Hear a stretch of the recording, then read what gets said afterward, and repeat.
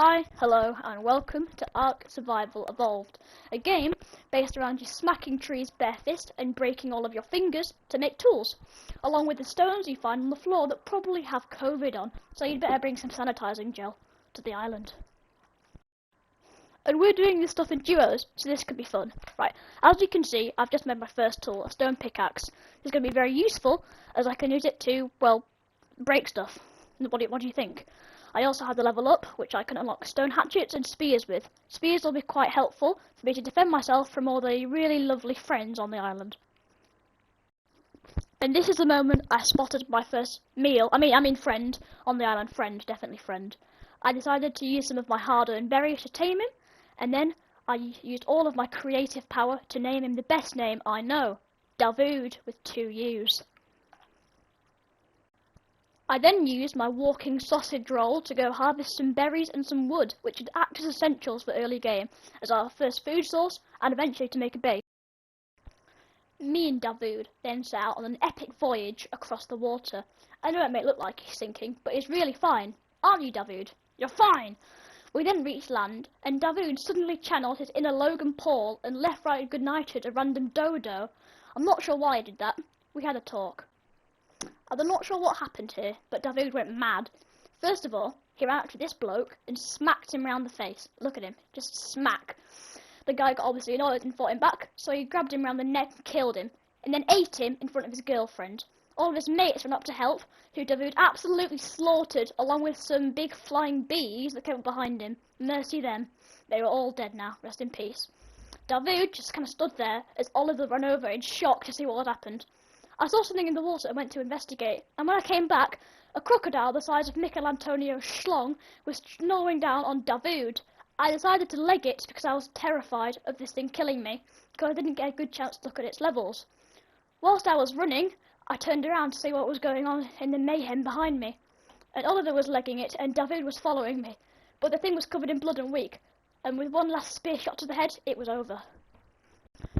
Here is a clip of the wild owl being attacked by giant killer flies. It was hilarious to watch, him being chased by a bunch of flies and trying to attack them with his spear.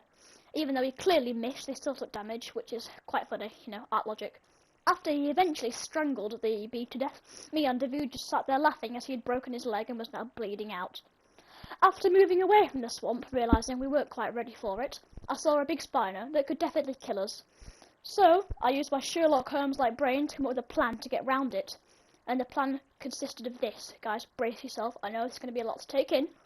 We're going to walk around him. I know, it's pretty genius. We had a bit of a staring contest. I won. He looked away first, so he was cheating. A little cheat. All dinosaurs are cheats.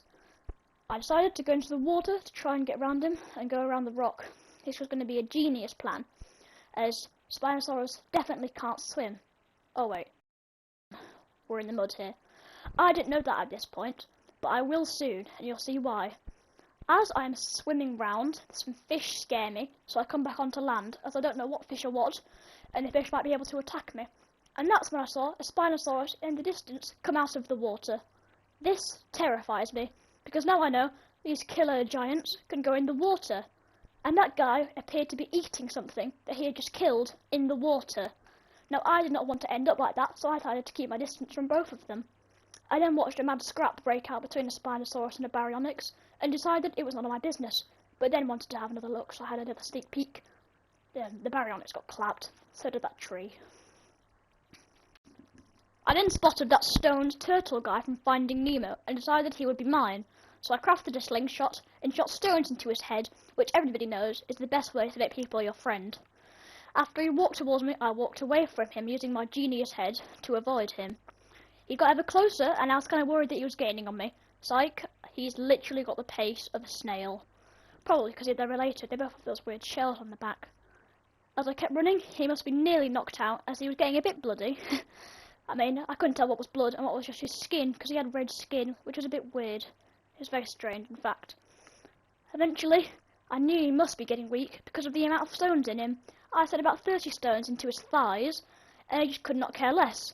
Eventually, I think Oliver got bored as well, so he came up to me and just kind of watched him with a spear, in case he tried any funny business. He didn't. Eventually, when he got weak, Oliver went up to him and harnessed it in a Logan Paul, and began smacking him right in the knee.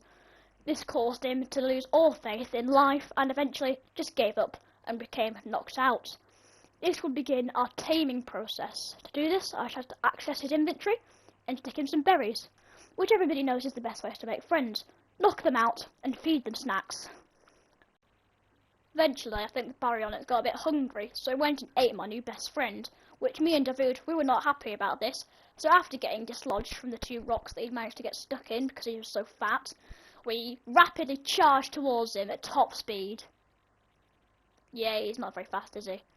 Eventually, I'll try to lead him away, and he got sent. And after that, me and David went to avenge him. And somehow, David, after getting sent into the floor, actually managed to kill it, which I was in shock by. I know this man was a machine, but earlier he was killing flies and dillos. Baryonyx was something different. I went to go check on him, and he wasn't doing so well. He was dead.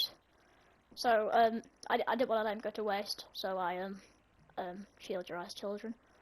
We don't have to talk about this. Yeah. Anyway, I went back to David and we set out on a journey. Evening was rapidly approaching, so I decided to craft some foundations and a simple storage box to call my home for a bit. I placed them near the water because water was going to be very necessary. If you don't have enough water, then you can faint, and I would not like to faint personally next to a man-eating horse.